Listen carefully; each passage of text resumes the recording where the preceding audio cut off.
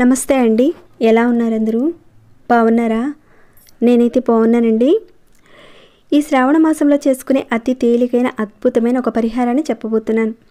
మనం చాలా వరకు మంగళవారం రోజున ఆంజనేయ స్వామివారికి పూజలు చేసుకుంటూ ఉంటాం. కుజ, రాహు, శని దోషాల నుంచి బయటపడడానికి ఆంజనేయ స్వామివారి దగ్గర ఎలాంటి పరిహారం చేసుకోవాలి అనేది కూడా ఇంతకుముందు వీడియోలో మనం చెప్పుకునే ఉన్నాం. కానీ కొందరికి తెలియదు. ఈ శ్రావణ మాసంలో వచ్చే మంగళవారం రోజున కొన్ని తప్పులు చేస్తూ ఉంటారు. ఆ తప్పుల వల్ల మనం చేసిన పూజలకు ఫలితాలు రాకుండా ఉంటాయి. పొరపాటున మీరు ఈ శ్రావణ మాసంలో వచ్చే మంగళవారం రోజున మాత్రం ఈ పనులను మీ ఇంట్లో మాత్రం చేయకండి. అవేంటో చెప్తాను. మంగళవారం రోజున మీరు మీ ఇంట్లో పూజ చేసుకున్న లేదా దేవాలయంలో మీరు పూజ చేసుకున్న తప్పకుండా విషయాన్ని గుర్తుపెట్టుకోవాలి. అదేంటంటే మీ ఇంట్లో ఎవరైనా సరే నెలసరిలో ఉన్నప్పుడు కుటుంబ సభ్యుల్లో ఎవరైనా సరే దేవాలయానికి వెళ్ళి పూజలు మాత్రం చేయకూడదు. ఇంకా మీరు మంగళవారం రోజున ఎవరికీ డబ్బులు ఇవ్వకండి. అలానే ఎవరి దగ్గర కూడా డబ్బులు తీసుకోకండి అప్పుగా. ఇక పొరపాటున ఆ రోజున మీరు నాన్ వెజ్ మాత్రం తినకండి. సిగరెట్ కూడా తీసుకోకుండా ఉండడం చాలా ఉత్తమం. మగవారైతే ఈ మంగళవారం రోజున భార్యాభర్తలు కూడా కలవకూడదు. ఇవన్నీ కూడా శ్రావణ మంగళవారం రోజున చేయవలసిన పనులు.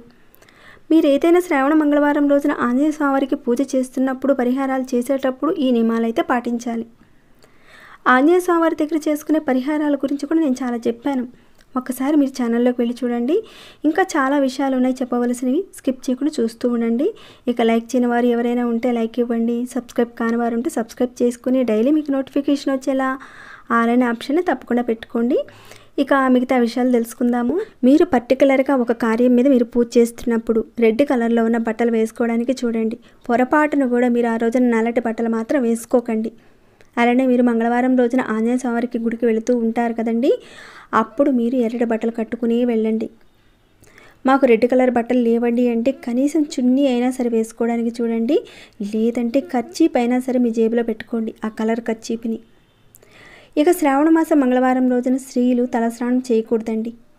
అలానే ఈ రోజున గోర్లు కట్ చేసుకోవడము, హెయిర్ కటింగు, షేవింగు ఇలాంటివి మాత్రం పొరపాటున కూడా ఈ శ్రావణ మాసంలో వచ్చే మంగళవారం రోజున అస్సలు చేయకూడదు. ఇప్పుడు చెప్పే విషయాలన్నీ కాస్త గుర్తుపెట్టుకొని పాటించండి. ఇంకా మంగళవారం రోజున ఐరన్ వస్తువులు కూడా కొనకూడదు. ఎందుకంటే శ్రావణ మాసం అనేది ఒక లక్ష్మీ నివాసం.